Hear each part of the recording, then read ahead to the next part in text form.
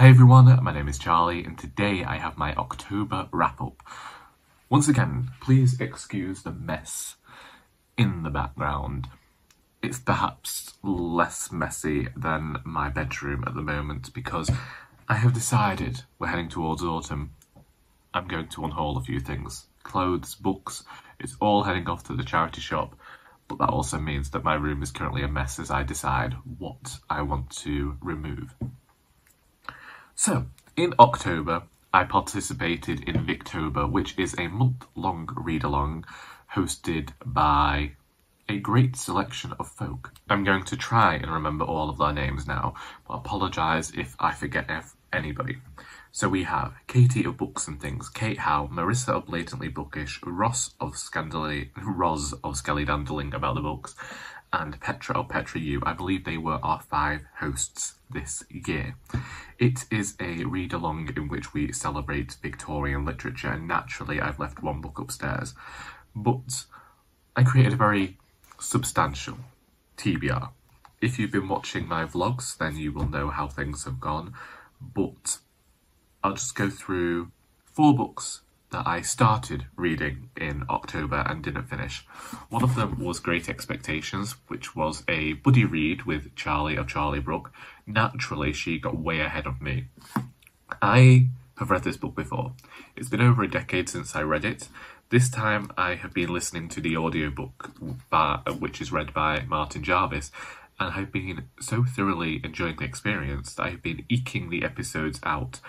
See, that's how I've been feeling about it. I've been treating it like a daily treat of listening to 20 minutes or so of the audiobook, because Martin Jarvis just manages to bring the characters to life. He gives them so much warmth. He manages to amp up the humour within the text. The connections with the characters just seem so much more real and strong and vivid. It's felt like one of my radio plays, as in the radio plays that I enjoyed listening to, not one that I wrote. I've just been thoroughly adoring going back to this book, even though I've got all these other Dickens to read. And it solidified for me that for an entry point into Dickens, I think Great Expectations is a great place to begin. Also, because you have the characters of Pip, Miss Havisham, Magwitch. Just Charlie and I were enthusing about the names within this book. It's probably like all of the essence of Dickens is condensed into Great Expectations. It's one of his shorter books, and it's simply fantastic. As a child narrator as well, Pip is above par when it comes to child narrators. Just adoring Great Expectations at the moment. I don't even know whether it's my favourite Dickens. I still think that might be David Copperfield, but we will see. I didn't finish North and South, which was featured in my second Victober reading vlog of the year. I am going to go back to this one, now that I don't feel the pressure to finish it in a set amount of time. Yesterday a volunteer at work wanted to talk about this because she was reading it as well, and I'd forgotten that, and she's finished it now. She thoroughly adored it, loved the writing within here, loved the characterisation, and when I said that I thought it was a bit pious, she blamed Juliet Stevenson of the audiobook as opposed to the actual writing. So I think I'm going to try and read the physical tome. As we know, I was enjoying the beginning of this book, so maybe I just have to push aside my differences with religion and my worries that I don't like Gaskell, and slow down a bit and just enjoy it for what it is. I'm currently over halfway through The Historian by Elizabeth Kostova and loving this book. I am currently recording a vlog of the Dracula adjacent books that I am reading, so that will feature The Historian and Dracula the Undead, which I didn't finish either. I didn't start it either. I don't know why I said I didn't finish it. I didn't flaming start the thing. This is a very languid book that also happens to be a page-turner, in which, although Dracula is a very big looming threat throughout the centuries within this book, the bigger threat is what's actually going on throughout Europe and a very real human threat as opposed to anything mystical and mythical. And I like this tour through Europe, and it's really making me want to visit some places. That's what I should say about that one. And The Haunting Season, which is the ghostly tales for long winter nights. This is the one that I decided to eke out every week until Christmas, and I found out that I'm actually ahead of myself. I shouldn't have started it until this coming Sunday. So I'm going to be reading one short story every Sunday until Christmas. It's just what I've decided to do. I like the idea of just sitting down at the end of my Sunday, which is usually a day that I still treat as a day of rest, even though I say I have no religion about me, and reacclimatise. I tend to watch a film with my mother, take the dog for a stroll, as opposed to one of these hefty walks, and I have really liked coming home and at the end of the day, once everyone else has gone to bed, just sitting down and completing one story. Okay, so the first book that I finished in October was Framley Parsonage by Anthony Trollope, and I do have a vlog about this, so I will link that in the description. But if you don't want to go and watch a 50-minute vlog of me enthusing about Anthony Trollope, then know that this book is somewhat similar to Dr. Thorne in its plot. However, Lucy Roberts, one of our protagonists, is what I wished Mary Thorne had been. So Lucy falls in love with her brother's friend, but his mother doesn't want them to get together because she doesn't think that Lucy Roberts is of the right sort. And so Lucy's a bit like, well, sod you then, and just tries to go about her business.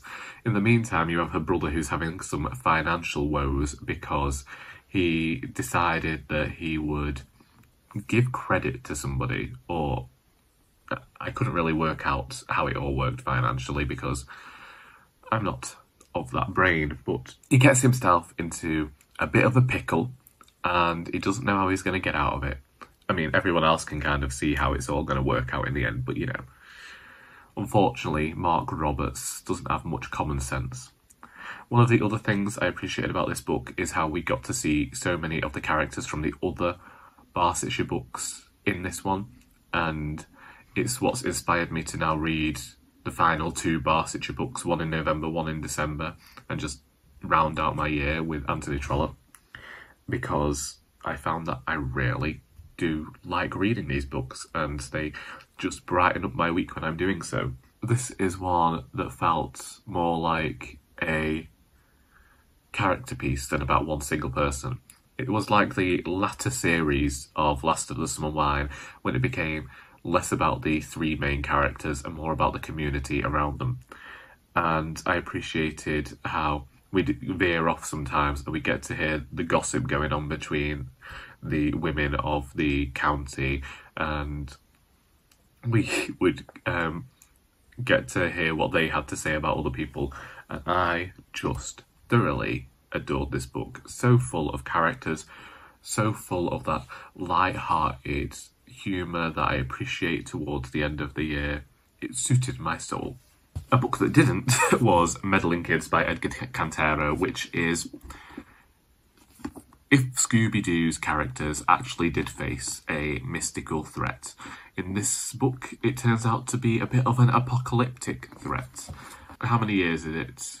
13 years after they faced their last villain, the Blyton Summer Detective Club is coming back to actually solve the mystery of what happened, because they believe that they were wrong all those years ago with who they said was, what's it called? Bamboozling the town. It could have been good. It was fast-paced. I read it in a day. It could have been good. But the author made some choices in his prose that I didn't necessarily agree with. who would turn anything into a verb. Any noun could become a verb. Some of them, okay, Humpty Dumptied, didn't like that. Lemminging, didn't like that. Just say following. Just say hanging. Just do those sorts of things.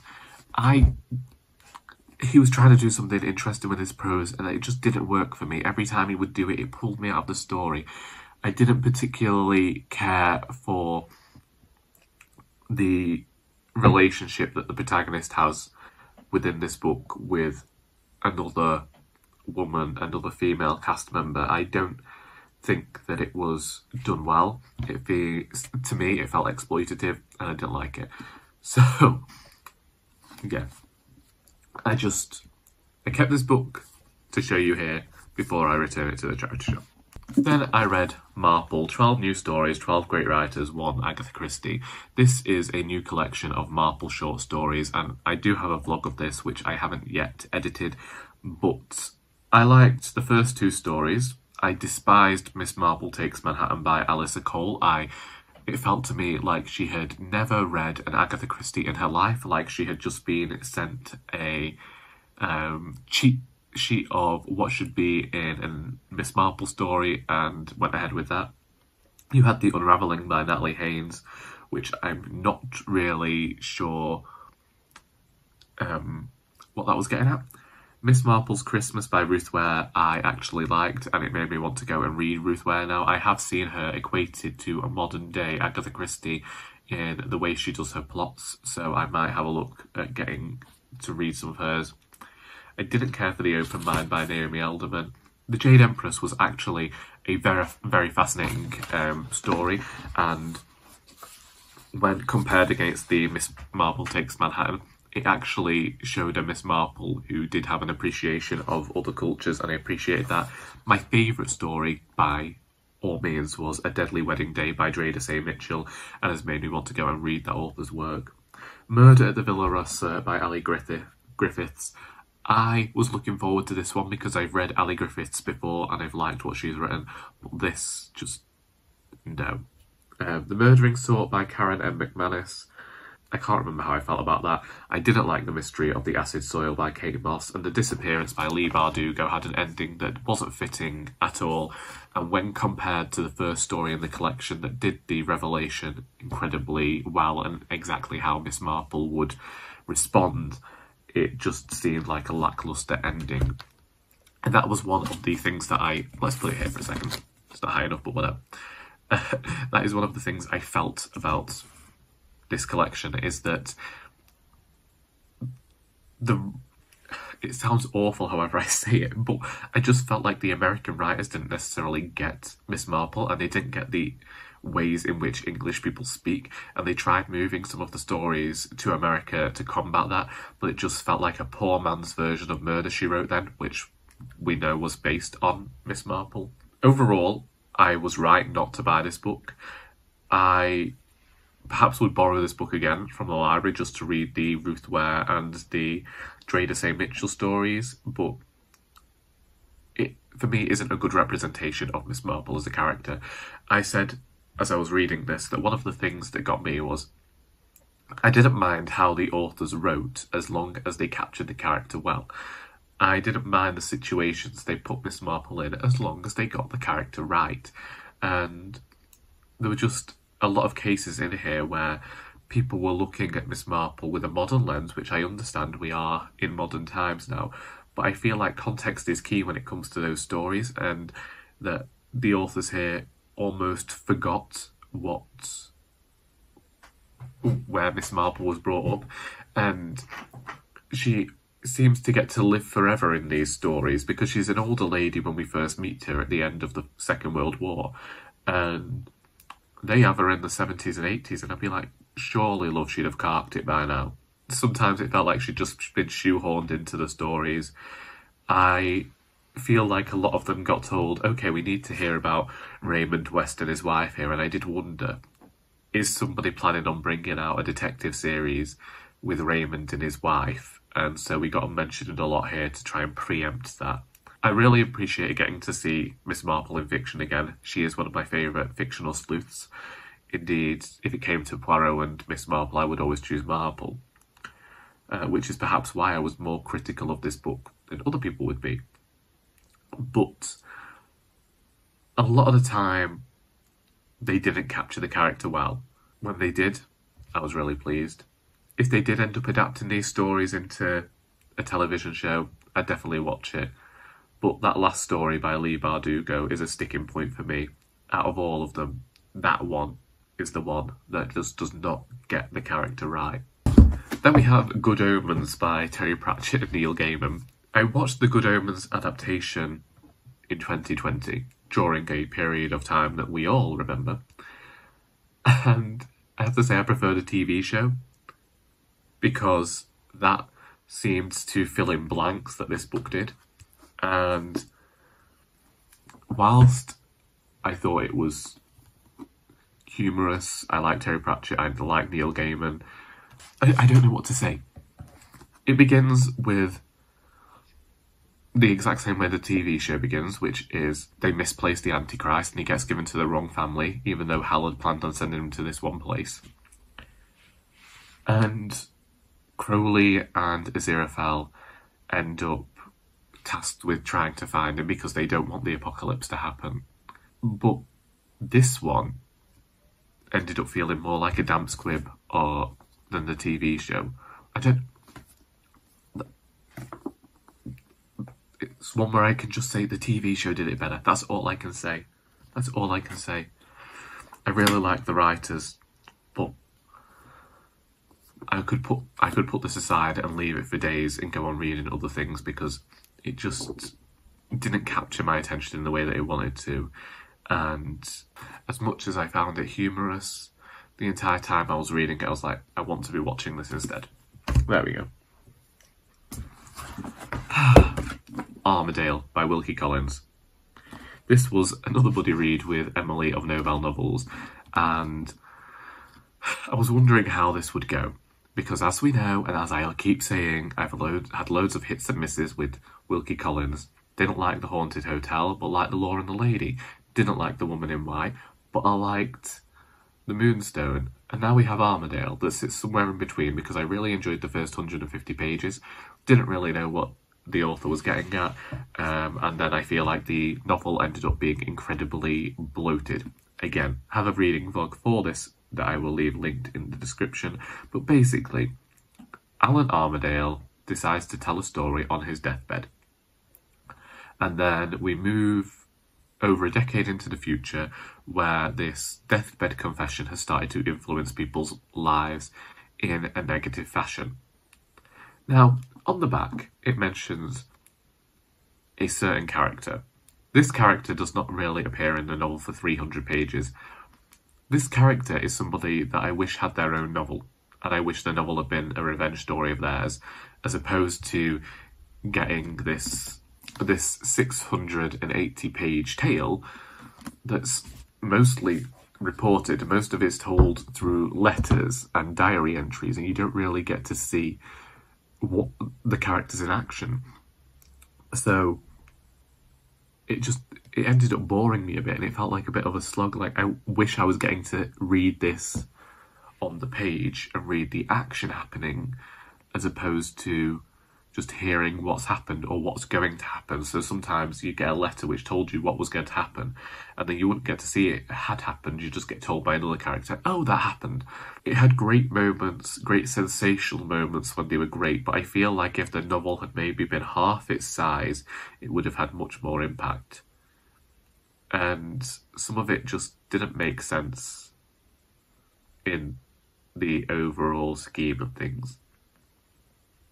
I didn't dislike it as much as I've disliked other books, but it didn't get anywhere near The Law and the Lady or The Moonstone for me. Then we have The Picture of Dorian Gray by Oscar Wilde. I liked the first 130 pages of this, and then it felt as though Wilde was just rushing through the story, and because of that, I felt like it didn't really discuss what it wanted to. After 130 pages, so we all know the story, don't we?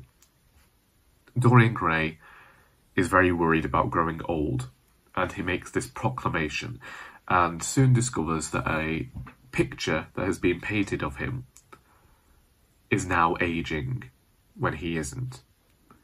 I didn't realise that 20-something years had passed between the 130-page mark and when, after we had this really long list of a chapter.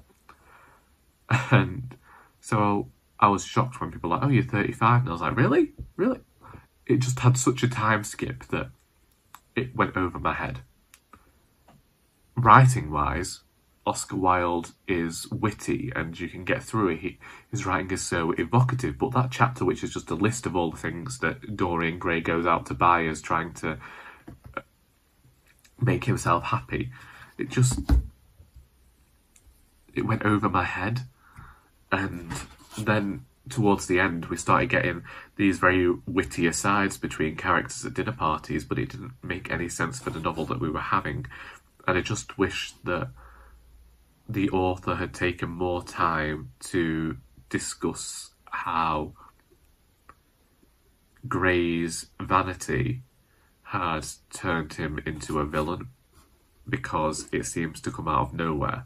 Overall, I like the writing but not the story, which is a shame, because it's a nice short one and I've been looking forward to it. I do think that there's a lot to be said, and if we looked at the gay culture of today and the way that there is still very much this thing of beauty and maintaining your beauty, very, you know, there's sometimes a lot of vanity, body shaming, there's stuff going on where, you know, like 30 is being seen as dead. So I appreciated that, and I appreciated the not wanting to age because of still wanting to be seen as beautiful and maintain that beauty. And I appreciated that conversation in here, and maybe the idea of vanity corrupting and all that. Yeah, I get it, but it got muddy in the last 70 pages, and because of that I ended up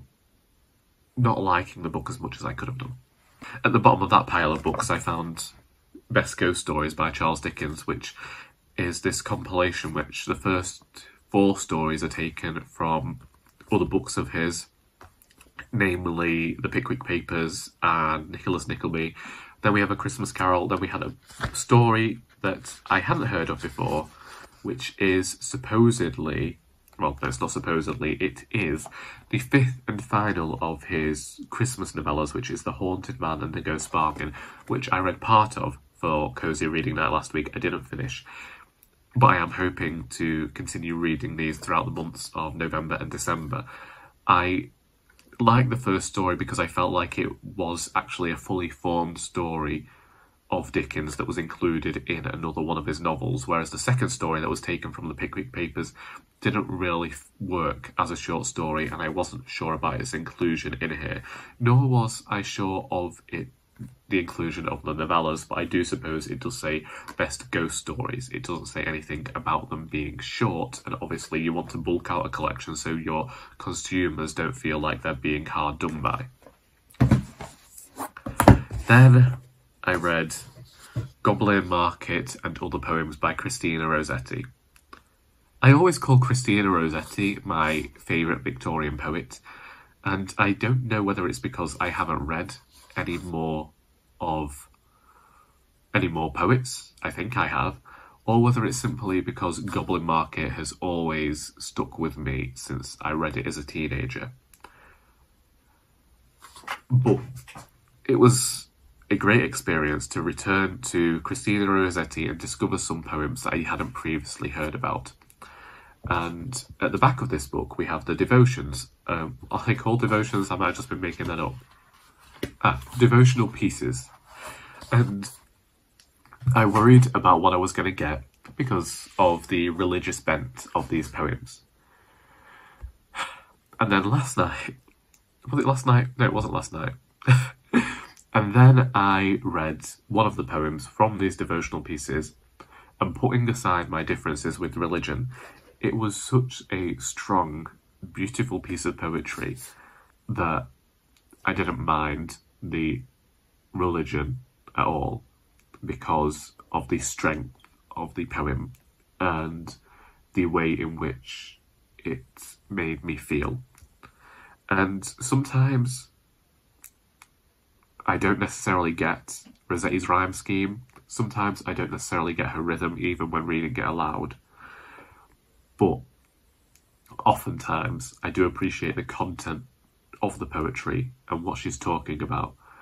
I just really, really like Rossetti's poems. And finally, I did finish Wonderful Adventures of Mrs. Seacole in Many Lands by Mary Seacole, and I'm so glad that I read this.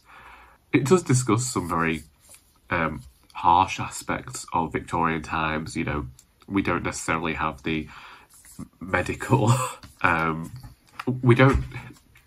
She doesn't have the medicines that we have today. It's not like modern times where we hopefully get to keep our NHS, but, you know, we have dickheads in power who might get rid of it. But regardless of that, Mary Seacole writes in a fashion that I always say that I like when it comes to non-fiction. She uses fiction writing techniques in order that the narrative doesn't get boring. And there's this tension to it and this heart that I really liked. It's a rather short little book, rather fast to get through, but it's also nice to mull over this one, mull over the descriptions, mull over how Mary Seacole is writing about the people she meets and the places she visits, because it's a very strong piece of non-fiction from the Victorian era that I definitely wasn't expecting, having read some of the non-fiction by her contemporaries for either last Victober or the Victober before. And it was a great book to end October on. Also considering what I learned about what went on in the world during the Victorian era that I didn't previously know about. It's also a very nice little beautiful book. These are the end papers, and I don't know whether you can see the design on the cover there, but I like it when a book that is beauteous on the outside is equally as beauteous inside. And them's the books. If you have read any of these books and would like to talk about them, then please feel free to do so in the comments. I hope that you have enjoyed this video, and until next time, that is all.